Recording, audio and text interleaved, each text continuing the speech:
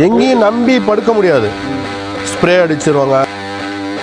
ஒரு owner cum driver அப்படின்னா அவரால் புது வண்டி வந்து எடுக்க ரொம்ப கஷ்டம். கார்காரங்க வந்து டபுள் லைட்டு மொத்தம் எத்தனை லைட் இருக்கோ அத்தனை லைட்டு போட்டு வருவாங்க. இந்த கொஞ்சம் லைட்டாக கேப் இருக்குன்னு சொல்லிட்டு உள்ளே வந்து லெஃப்ட் ஒன்று ஓனர் கம் டிரைவர் வந்து செகண்ட்ஸ் எடுத்தாலும் சக்ஸஸ் பண்ணலாம். வணக்கம். ஸோ இன்றைக்கி எங்கே வந்திருக்கேன்னு பார்த்தீங்கன்னா இந்துஜா டிரான்ஸ்போர்ட்னு ஒரு டிரான்ஸ்போர்ட்டு. ஸோ இவங்க வந்து பார்த்தீங்கன்னா அந்த லாங் ஹால் வந்து ஓட்டுறாங்க. அதாவது இப்போது சென்னை டு ஒடிசா வரைக்கும் என் பின்னாடி பார்க்குற இந்த பேவரு, இந்த ரோலர்ஸ் இது எல்லாமே எடுத்துகிட்டு போகிறாங்க. ஸோ இந்த டிரைவர்ஸ் வந்து இந்த மாதிரி நார்த் இந்தியாலாம் ஓட்டுறாங்கல்ல, அங்கே இந்த மாதிரி என்னென்னலாம் கஷ்டம் ஃபேஸ் பண்ணுறாங்க, இந்த வண்டி உங்களுக்கு ஏன் சப்போர்ட் பண்ணுது, முக்கியமாக அசோக் லேலாண்ட் வெஹிக்கிளு எப்படி வந்து எல்லா டிரைவர்ஸும் ஒன்று சொன்ன மாதிரி எடுக்கிறாங்க அப்படின்றத தான் இன்றைக்கி நம்ம தெரிஞ்சுக்க போகிறோம். ஸோ இந்த வீடியோ வந்து ஃபுல்லாக பாருங்கள், உங்களுக்கு யூஸ்ஃபுல்லாக இருக்கும். வீடியோ பிடிச்சிருந்தா மறக்காம லைக் பண்ணி யூஸ்ஃபுல்லாக உங்களுக்கு ஷேர் பண்ணுங்கள். எல்லாருக்கும் வணக்கம். நான் உங்கள் செல்வா, மெகா மிஷன் சேனலுக்கு உங்களே அன்புடன் வரவேற்கிறேன். அண்ணா, உங்கள் பேர் என்ன கம்பெனி வந்து நீங்கள் வச்சுருக்கீங்க? நம்ம பேர் குமரேசன்ண்ணா, ஸ்ரீ இந்துஜா டிரான்ஸ்போர்ட்டு, ஓனகம் டிரைவரு. என்ன லாரி ஓட்டுறீங்க, எங்கெங்கெல்லாம் டிரைவ் பண்ணுறீங்க? ட்ரெய்லர் தான் நம்ம ஓட்டிகிட்ருக்கோம். பட் எல்லாமே நேஷ்னல் பெர்மிட், எல்லாமே என்பி, டெல்லி, அசாம், ஆந்திரா எல்லா சைடும் போகும் வரும். பட் டிரைவரில் நான் ஓனகம் டிரைவர்னால் நானே டிரைவிங் பண்ணுவேன். நம்மளே போவோம் வருவோம், எல்லாம் போயிட்டுருக்கு. ஆக்சுவலாக நீங்கள் டிரைவரில் இருந்து தானே இப்போ டிரைவராக இருந்து தான் ஓனராக நான். எத்தனை வருஷம் உங்கள் எக்ஸ்பீரியன்ஸ்? 18 வருஷம். 18 வருஷம். எப்போ இந்த வண்டி எடுத்தீங்க? இந்த வண்டி எடுத்து ரீசனாக இப்போ ஒரு 1.5 வருஷம் இருக்குது. இதில் இப்போ ரீசனாக நம்ம கம்பெனியில் ஒரு 12 வண்டி இருக்குது. இப்போ லாஸ்ட் அந்த லேட்டஸ்ட் எடுத்த வண்டி இது. ஆமாம். அதாவது சேஸாக எடுத்து இந்த வண்டியை பில் பண்ணியிருக்கீங்க? இல்லை, செகண்ட்ஸ் தான் பார்த்துச்சு. செகண்ட்ஸில் எடுத்து வாங்கி செகண்ட்ஸில் தான் வந்துச்சு. சரி, வண்டி எப்படின்னா இருக்குது? அசோக் நல்லா இருக்குது. அசோக் லேலாண்ட் தான் நம்பர் 1 இன்னைக்கு நம்ம கண்டிஷனில் பொறுத்த வரைக்கும். எனக்கு அதுதான் புரியல. ஏன்னா நிறைய டிரைவர்ஸ் வந்து வெறும் அசோக் லேலாண்ட் மட்டும் ஃபோக்கஸ் பண்ணுறாங்க. அது ஏன்? அசோக் லேலாண்ட் மட்டும் தான் நமக்கு தெரியுது. ஒரு சின்ன வேலையாக இருந்தால் கூட நம்மளே இறங்கி பார்க்கலாம். இப்போ வர லேட்டஸ்ட் வண்டிலெல்லாம் பார்க்க முடியல, அந்த சென்சார் டைப்லலாம். இந்த பழைய கொஞ்சம் மாடல் கம்மியாக இருக்கு பார்த்தீங்களா, இதெல்லாம் நம்மளே ஏதோ ஒரு கம்ப்ளைண்டா நம்மளே இறங்கி முடிஞ்ச அளவுக்கு ஒரு சென்டரில் ஒரு பைபாஸ்லலாம் வந்து பிரேக் டவுன் ஆகிறப்ப அந்த இடத்துல வந்து ஒரு டிராஃபிக் ஆகாமல் தடுக்கிறதுக்கோசரம் நம்மளே ரெடி பண்ணி ஒரு ஓரமாக விடலாம். இப்போ லேட்டஸ்ட் வண்டியெல்லாம் பார்த்தீங்கன்னா நம்ம செய்ய முடியல. அசோக் லேலாண்ட் கால் பண்ணி அவங்க வரதுக்கு 3 hours 4 hours அவங்களுக்கு சென்சார் கொண்டு வந்து என்ன கம்ப்ளைண்ட்னு வந்து செக் பண்ணுறதுக்கு லேட் ஆயிரும். அந்த பழைய மாடல் அந்த PS4 இதெல்லாம் பார்த்தீங்கன்னா நம்மளே வந்து சின்னதாக ஒரு எமர்ஜென்சியாவது வண்டி மூவ் பண்ணுற அளவுக்காவது ரெடி பண்ணி ஒன்று ஓரமாக விடலாம். லேட்டஸ்ட் வண்டியில் அது பண்ண முடியல. புது வண்டி ஓட்டிருக்கீங்களா? புது வண்டி ஓட்டிருக்கேன். என்ன டிஃபரன்ஸ் தெரியுது உங்களுக்கு? என்ன புது வண்டி ஓட்டினா அதான் கம்ப்ளைண்ட் வந்து பெருசாக நம்மளால் கண்டுபிடிக்க முடியல. அதுதான் மேஜர் கம்ப்ளைண்ட். அப்போ உள்ள டிரைவருக்கு சொஃபிஸ்டிகேஷன், அதாவது டிரைவரோட சொகுசு இதெல்லாம் அதெல்லாம் கொஞ்சம் லேட்டஸ்ட்டாக நல்லா இருக்கும். ஆனால் இப்போ வரது ஃபுல்லாக ஏசியாக வருது. அது என்ன நம்மக்கிட்ட இல்லை, இனிமேல் தான் அது பண்ணணும். இல்லை, நான் ஆக்சுவலாக என்ன கேட்க வந்தேன்னா, ஏசியாக வருது. ஸோ உங்களுக்கு அதை ஓட்டிட்டு இது ஓட்டும் போது உங்களுக்கு நிறைய டிஃபரன்ஸ் தெரியுமே, அதான் கேட்கணும். டிஃப்ரெண்ட் தெரியும். அந்த ஏசியாக இருந்தால் கொஞ்சம் இதாக இருக்கும், கம்ஃபர்டபுளாக இருக்கும், கொஞ்சம் டயர்டாக மாட்டாங்க. ஒரு 100 கிலோமீட்டர் ஓட்டுற டிரைவர் 200 கிலோமீட்டர் ஓட்டுவாங்க. இதாக இருந்தோன்னா 100 கிலோமீட்டர் தான் ஓட்டும், டயர்ட் ஆயிடுவாங்க, ரெஸ்ட் எடுக்கிற மாதிரி இருக்கும். கொஞ்சம் வெயில் காலம்லாம் கொஞ்சம் சிரமமாக இருக்கும். அதுதான் வித்தியாசம் இதுக்காக இருக்கும். ஆனால் இப்போ இந்த வண்டி எடுத்த போது ஆக்சுவலி எவ்வளோ கிலோமீட்டர்ஸில் எடுத்தீங்க? நம்ம எடுக்கிறப்போ ஒரு 80,000 கிலோமீட்டரில் எடுத்திருப்பீங்க. இப்போ வரைக்கும் எவ்வளோ ஓட்டியிருக்கீங்க? ஒரு 1.5 வருஷத்துக்கு? ஒரு 1.5 வருஷத்தில் ஒரு 50,000 பக்கமாக ஓட்டியிருக்கோம். 50,000 ஓட்டியிருக்கோம். இப்போ ஆக்சுவலாக ஒரு ஓனர் கம் டிரைவர் அப்படின்னா அவரால் புது வண்டி வந்து எடுக்க ரொம்ப கஷ்டம். அப்போ பழைய வண்டி எடுத்தால் அவங்க தொழிலில் சக்ஸஸ் பண்ணிட முடியுமா? பண்ணலாம். அது எப்படி, நீங்கள் எப்படி பண்ணீங்க? அதுக்கு ஒரு அட்வைஸ் தான் சொல்லுங்கள். எப்படி பண்ணாலும் நம்ம ரேட் அது வந்து புது வண்டி எடுத்தால் ரொம்ப டபுள் மடங்காக வருது. கொஞ்சம் செகண்ட்ஸ் எடுத்தால் கொஞ்சம் கம்மியாக வருது. டியூவும் கொஞ்சம் கம்மியாக போடுற மாதிரி இருக்கும். அமௌண்ட்டும் செலவும் எப்படி பார்த்தீங்கன்னா மீடியமான செலவு வரும். இப்போ அசோக் லேலாண்ட்லேருந்து வரணும்னு தான் அவங்களுக்கு சார்ஜ் எவ்வளோ கொடுக்கணும்? ஒரு 3,000, 4,000, 5,000 கொடுக்கும். இதாக இருந்தோன்னா ஒரு 1,000, 2,000 வழியில் லோக்கல் மெக்கானிக்கை வச்சு நம்ம பார்த்துக்கலாம். அப்போ ஷோரூம்லலாம் போய் பார்த்தீங்கன்னா எப்படி இருந்தாலும் ஆவரேஜ் வர சர்வீஸ் சார்ஜாக ஒரு 3,000 கேட்பாங்க. ஏன்னா இப்போ இந்த ஏரியாவில் வந்து இங்கே அசோக் லேலாண்ட் பக்கத்தில் இருந்தால் பிரச்சனை கிடையாது. இப்போ இங்கேருந்து பார்த்தீங்கன்னா லாங்காக இருக்கும், கும்மிடிப்பூண்டில் இருக்கும், இல்லை இங்கேருந்து பார்த்தீங்கன்னா காஞ்சிபுரத்தில் இருக்கும். அங்கேருந்து வந்தால் சர்வீஸ் சார்ஜ், அது ஒரு சர்வீஸ் சார்ஜ் போடுவாங்க. அவங்க வந்து ஒரு இது எடுத்துகிட்டு வருவாங்க, லேப்டாப் எடுத்துகிட்டு வருவாங்க, அது ஒரு சர்வீஸ் சார்ஜ். அது டபுள் மடங்கு செலவு வருது. இப்போ நார்மலான வண்டி பார்த்தீங்கன்னா செலவு கம்மியாக இருக்கும். ஒரு லோக்கல் மெக்கானிக் வச்சு பார்த்துருவோம். இல்லை முடிஞ்ச அளவுக்கு நம்ம டிரைவரை வந்து சின்னதாக ஒரு கம்ப்ளைண்ட் இருந்தாலும் பார்த்து நம்ம சரி பண்ணிடலாம். அதுக்கப்புறம் என்ன பண்ணுவோம், பட் ரிட்டர்ன் நம்ம போவோம். எஃப்சி இதெல்லாம் எடுக்கிறப்ப அப்போ சின்ன சின்ன வேலையெல்லாம் பார்த்து அந்த ஏற்கனவே கம்பெனியில் வந்து வேலை பார்த்தீங்களா அதில் வந்து மொத்தமாக வேலை செஞ்சுக்கலாம். இப்போ லேட்டஸ்ட் ஒன்றா செஞ்சே ஆகணும். அது செஞ்சால் தான் அந்த இடத்துல வந்து வண்டி சென்சார் டைப்பில் செஞ்சே தான் ஆகணும். அது அங்கேருந்து அப்போ தான் மூவ் பண்ண முடியும். இதாக இருந்ததுன்னா கூட இந்த பழைய டைப்பில் பார்த்தீங்கன்னா கொஞ்சம் அப்படியே நார்மலாக போயிட்டு லோக்கல் மெக்கானிக் வச்சு அப்போ நமக்கு பிடிச்ச மாதிரி நாமக்கல் கூட போய் வாசகல் ஐலாண்ட்லேயும் என்ன கம்ப்ளைண்ட் பார்த்துக்கலாம், மெக்கானிக் வச்சும் பார்த்துக்கலாம். ஓனர் கம் டிரைவர் வந்து செகண்ட்ஸ் எடுத்தாலும் சக்ஸஸ் பண்ணலாம். அது கரெக்டான டிரான்ஸ்போர்ட் மட்டும் நம்ம பிடிச்சி கரெக்டாக லோடிங் டிரான்ஸ்போர்ட்டு எங்கே ஆல்ட் ஆகாமல் இது பண்ணாமல் நல்லா லோடிங் செட் ஆச்சுன்னா நல்லா சக்ஸஸ் பண்ணலாம்னு வச்சுக்கோங்களேன். சரிண்ணே. ஆனால் இப்போ நீங்கள் இந்த லாங் ட்ராவல்லாம் போகிறேன்னு சொன்னீங்க, எவ்வளோ கிலோமீட்டர்ஸ் ஓட்டுவீங்க, எவ்வளோ ஹால் பண்ணுவீங்க? இப்போ எக்ஸாம்பிளுக்கு இது வந்து ஒடிசா போகுதுன்னு சொன்னீங்க. ஸோ எவ்வளோ கிலோமீட்டர்ஸ் ஓட்டுவீங்க, எப்படி ஹால்? ஒரு டே டைமில் பார்த்தீங்கன்னா ஒரு 200 கிலோமீட்டர் ஓட்டலாம். நைட்டில் ஒரு 150 160 ஒரு 200 பக்கமாக ஓட்டலாம்னு வச்சுங்களேன்.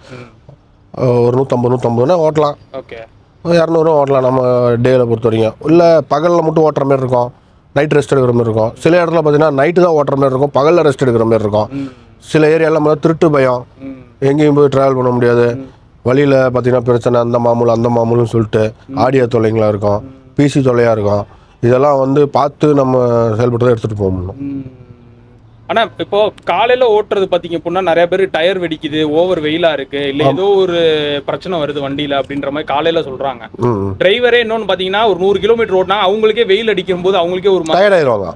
இது எப்படி நீங்கள் ஃபேஸ் பண்ணுறீங்க காலையில்? அதான் எப்படின்னா காலையில் ஒரு 10 மணி வரைக்கும் 11 மணி வரைக்கும் ஓட்டலாம். அதுக்கப்புறம் ஓட்டினீங்கன்னா பார்த்தீங்கன்னா ரோடும் ஹீட் ஆயிரும், டயரும் ஹீட்டு தான். ஹெவி வெஹிக்கிள்ஸ் இல்லைங்களா, அப்போ வெயிட் மொத்தமாக வாங்குறதுனால நமக்கு வந்து ப்ராப்ளம் வரும், பஞ்சர் ஆகிறதுக்கு வாய்ப்பு இருக்குது. நமக்கும் டிரைவருக்கும் டயர்ட் ஆகும், ஓட்ட முடியாது. ஏன்னா ஒரு 200 கிலோமீட்டர் நார்மல் டைமில் ஓட்டுறது கூட அந்த வெயில் காலத்தில் 100 கிலோமீட்டர் தான் ஓட்ட முடியும். டயர்ட் ஆயிடுவாங்க டிரைவருங்க. அது ஒரு பிரச்சனை இருக்குது. மேக்ஸிமம் நைட்டில் தான் முடிஞ்ச அளவுக்கு ஓட்டிக்குவோம். இப்போ காலையில் அந்த வெயில் காலம் மட்டும்தான் அந்த பிரச்சனை. மற்ற காலத்தில் அந்த மழை காலத்துலலாம் கூட நார்மல் தான், ஓட்டலாம், எனி டைம் ஓட்டலாம். நைட்டில் ஓட்டுறதும் பார்த்தீங்க அப்படின்னா நாங்கள் நிறைய வீடியோஸ் பார்க்குறோம், நிறைய பேர் போடுறாங்க, இந்த மாதிரி திருடுறாங்க, அதுதான் மெயின், அந்த மாதிரிலாம் சொல்கிறாங்க. எங்கேயும் நம்பி படுக்க முடியாது. ஸ்ப்ரே அடிச்சிருவாங்க, இல்லை ஏதோ ஒன்று பண்ணி இந்த பசங்களாக இருக்கானுங்க பார்த்தீங்களா, லெஃப்ட்டில் ஒருத்தர் ரைட்டில் ஒருத்தர் ஏறி பெரிய பெரிய பிரச்சனை, செல்லு கொடு காசு கொடுன்னு சொல்லி நிம்மதியான தூக்கம் இருக்காது. நம்மளே டயர்டில் இருப்போம். அந்த டயரில் நம்ம என்ன பண்ணுவோம், ஒரு சிங்கிள் இன்னைக்கு காலகட்டத்தில் பார்த்தீங்கன்னா டபுள் டிரைவர்லாம் கிடையாது. இன்றைக்கி ஒரு டிரைவர் தான்.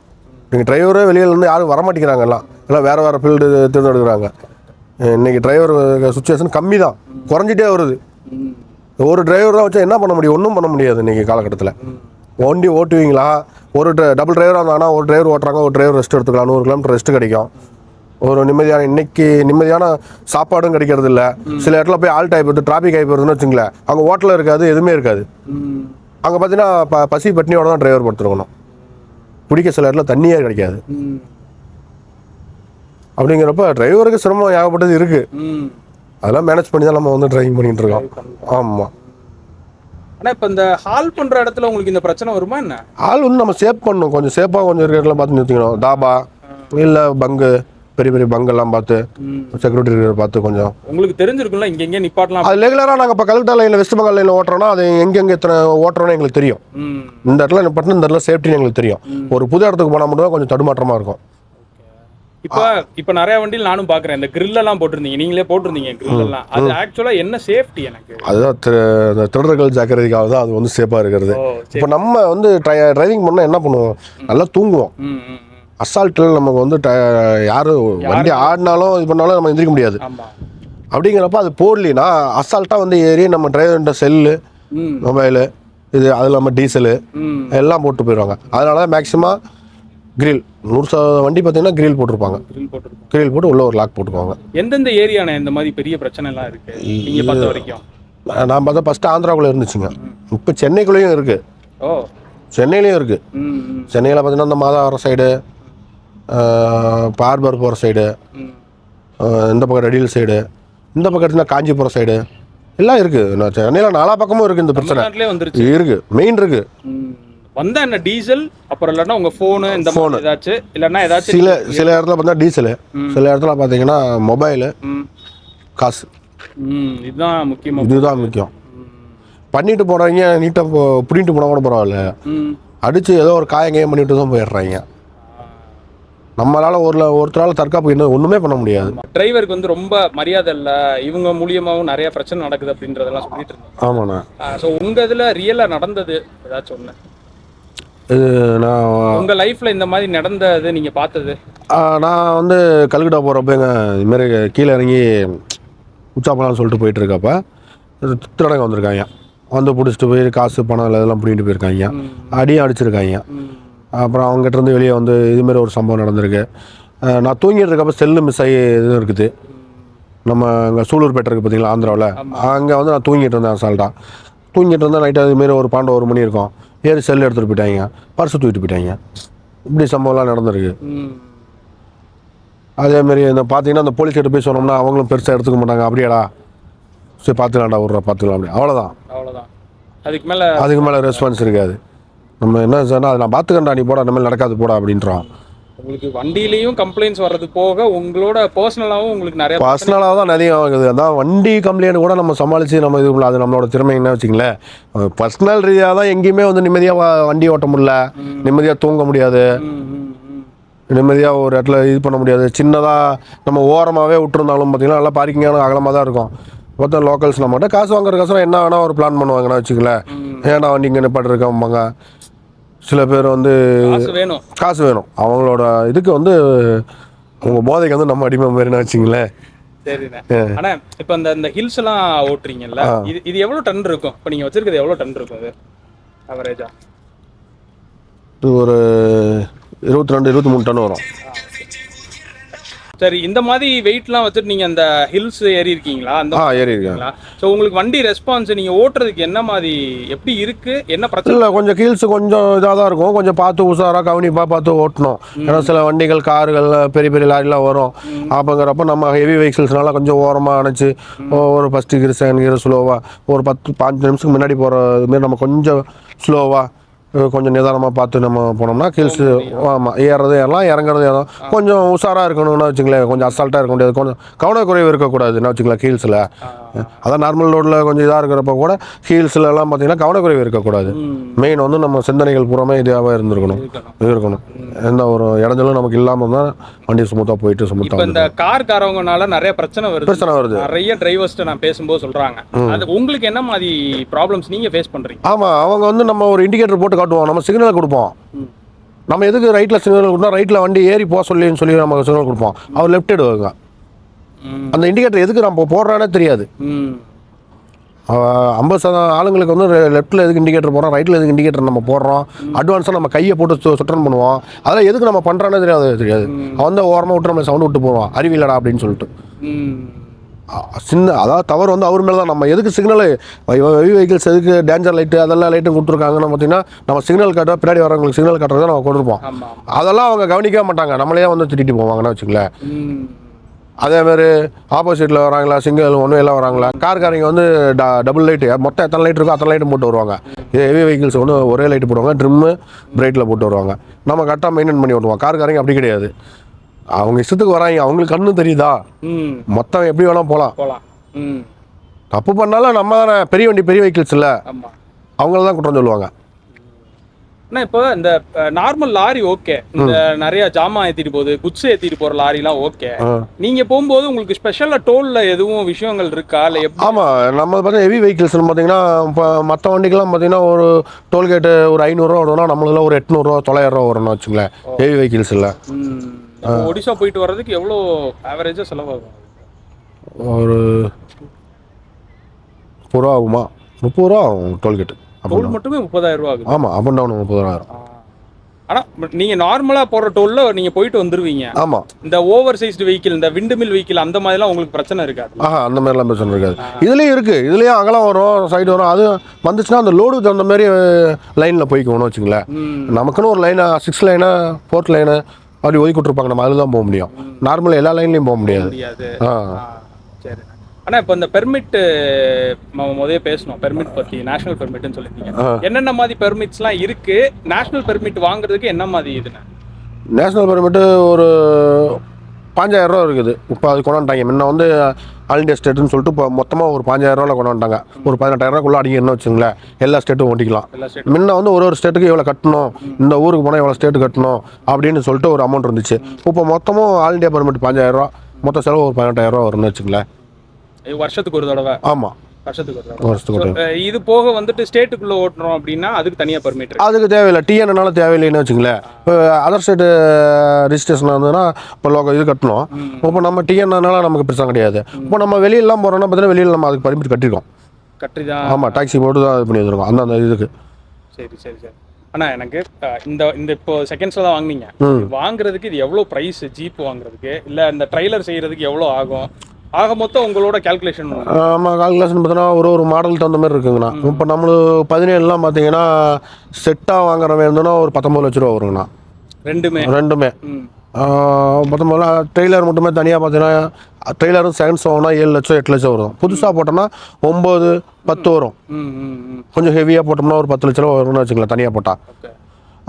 இது இந்த ஜீப்பெல்லாம் பார்த்தீங்கன்னா ஒரு 14 லட்சம் 5 லட்சம் வரும். வெறும் ஜீப்பு மட்டுமே 17 மாடலெல்லாம் 5 லட்ச ரூபா முதல் வரும். ரெண்டுக்குமே சேர்த்து டியூ போட்டுக்கலாம்? ஆமாம், ரெண்டுக்கும் சேர்த்து தான் டியூ பண்ணுவோம். அதான் வந்து நமக்கு டியூ கொடுக்குறது இந்த ஜீப்புக்கு மட்டும் தான் கொடுத்துருவாங்க. சரி சரி. நம்ம அதுக்கு தனியாக கொடுக்க மாட்டாங்க. செட்டாக ஒரு வெஹிக்கிள்ஸ், இந்த வெஹிக்கிள்ஸ்க்கு இவ்வளோ ஃபிக்ஸட் பண்ணியிருப்பாங்க. 20 லட்ச ரூபா அப்படி ஃபிக்ஸட் பண்ணுவோம். ஆமாம், வாங்கிடுறோம். இதுக்கு டியூ ஆவரேஜாக மாதம் எவ்வளோ? மாதம் பார்த்தீங்கன்னா நம்ம குறைச்சி போடுற மாதிரி தான் இருக்கும். எத்தனை மாதம்னு சொல்லியிருக்கோம். மாதம் பார்த்தீங்கன்னா 55,000. லேட்டஸ்ட் வண்டிலாம் பார்த்தீங்கன்னா 55,000, 50,000 குறைவு இல்லாமல் நம்ம கட்டுறது. 50,000 ஃபஸ்ட்டு போடுறோம் பார்த்தீங்களா. மேக்ஸிமம் குறைஞ்சபட்சம் இன்றைக்கி காலகட்டத்தில் 50,000 ரூபா போட்டால் தான் நமக்கு கட்டு. அது கம்மியாக போட்டாலும் நாட்கள் அதிகமாகும், டியூ அதிகமாகும். நம்ம ரொம்ப வருஷமாக கடந்து போகிற மாதிரி இன்ட்ரெஸ்ட் அதிகமாக இருக்கும். முடிஞ்ச அளவுக்கு ஒரு 50,000, 50 to 55,000 உள்ளே போட்டோம்னா மாதம் சீக்கிரம் முடிச்சுட்டு அடுத்த வண்டி என்ன ரன் பண்ணுற மாதிரி இருந்தால் அடுத்த வண்டி கூட நம்ம இதை வச்சு கூட பண்ணிக்கலாம், ரன் பண்ணிக்கலாம். ஆனால் இப்போ மெயின்டெனன்ஸ் இந்த வண்டிக்கு எப்படி எவ்வளோ மெயின்டெனன்ஸ் வருது, எப்படிலாம் நீங்கள் பார்க்குறீங்க? நம்ம மாதம் பார்த்தீங்கன்னா ஒரு 10 ரூபா வந்துருங்கண்ணா. மெயின்டெனன்ஸ் 10 ரூபா வந்துடும், ஒரு 7 ரூபா வரும், 8 ரூபா வரும். எப்படி இருந்தாலும் மாதம் ஒரு 5-6 பஞ்சர் பில் வரும். ஓகேங்களா. கிரீஸ் அடிக்கணும், ஆயில் செக்அப் பண்ணணும், சின்ன ஒரு 10 ரூபா வந்துடும் மெயின்டெனன்ஸ். மாதம் வந்துடும்.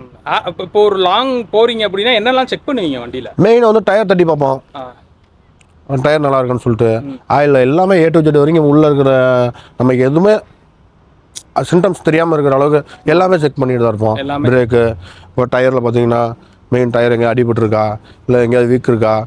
சில டைம் பார்த்தீங்கன்னா அடியில் நமக்கு கண்ணில் தெரியாது, உள்ளே இருக்கும் ஏர் இருக்கும். அந்த டயரில் பார்த்தீங்கன்னா உள்ளே பார்த்தீங்கன்னா ஏர் இருக்கும். அதுமாரிலாம் நம்ம பார்த்து செக் பண்ணி தான் போகணும். இப்போ லாங் ஏற்றிருக்காங்கன்னா செக் பண்ணி எடுத்துகிட்டு போகணும். ஒரு 100 கிலோமீட்டருக்கு ஒரு டைம் செக் பண்ணிக்குவோம். எல்லாமே A to Z வரைக்கும் இங்கேருந்து லாஸ்ட் வரைக்கும் பார்த்துட்டு, அதேமாதிரி லோடு ஏற்றிருக்க வெஹிக்கிள்ஸ் இருக்கிற செயின் பெல்ட் எல்லாமே டைட் பண்ணிவிட்டு, எல்லாமே பப்ளிக் எந்த பிரச்சனையும் இருக்கக்கூடாது. சின்னதாக கூட நம்ம அசால்ட் டைமில் எதுவும் நடக்கக்கூடாது, அசம்பாவிதம் நடக்கக்கூடாது அப்படின்னு சொல்லிட்டு எல்லாமே செக் பண்ணிடுவோம். டயர் தட்டி பார்த்துருவோம். சின்னதாக ஒரு கல் கூட வண்டியில் இருக்கக்கூடாது. எல்லாமே பார்த்து தான் போகிறது. ஆனால் இந்த வண்டிக்கு இன்சூரன்ஸ் எப்படி? இன்சூரன்ஸ் ஃபுல் தானே, எல்லாமே கவர் ஆகிற மாதிரி தானே. 3N கேபு 3 பேருக்கு கவர் ஆகிற மாதிரி தான். வண்டிக்கு டோட்டல் எல்லாமே கவர் ஆகிற மாதிரி தான். ஃபுல் இன்சூரன்ஸ் தான் போட்டிருக்கேன். நார்மல் காருக்கு எப்படி போடுறோமோ அதே மாதிரி சேம் தான் இருக்கும்? ஆமாம், அதே மாதிரி தான். பார்த்தீங்கன்னா ஃபுல்லாக இன்சூரன்ஸ் கிளியர் ஆகும். நம்ம எந்த பிரச்சனையாக இருந்தாலும் சரி கிளியர் ஆகிற மாதிரி. தேர்ட் பார்ட்டினா ஒரு குறிப்பிட்ட தான் இதாகும். இது வந்து எல்லாமே ஃபுல் இன்சூரன்ஸ். இது ஆனால் கடைசியாக ஒரு கொஸ்டின், நீங்கள் நம்ம மக்களுக்கு வந்துட்டு சொல்லணும்னா என்ன? நான் மக்களுக்கு சொல்ல என்ன ஃபஸ்ட்டு விரும்புகிறேன்னா, அந்த லேடிஸுக்கும் சரி ஜென்ஸுக்கும் சரி, ஒரு ஹெவி வெஹிக்கிள்ஸ் வந்துன்னா கொஞ்சம் ஒரு 5 நிமிஷம் லேட்டாகி போனால் கூட பிரச்சனை கிடையாது. சிக்னல்லாம் வந்து இண்டிகேட்டரு இதெல்லாம் முன்னாடி இருக்கிற நம்ம ஹெவி வெஹிக்கிள்ஸை வந்து கொஞ்சம் கவனிக்கணும்.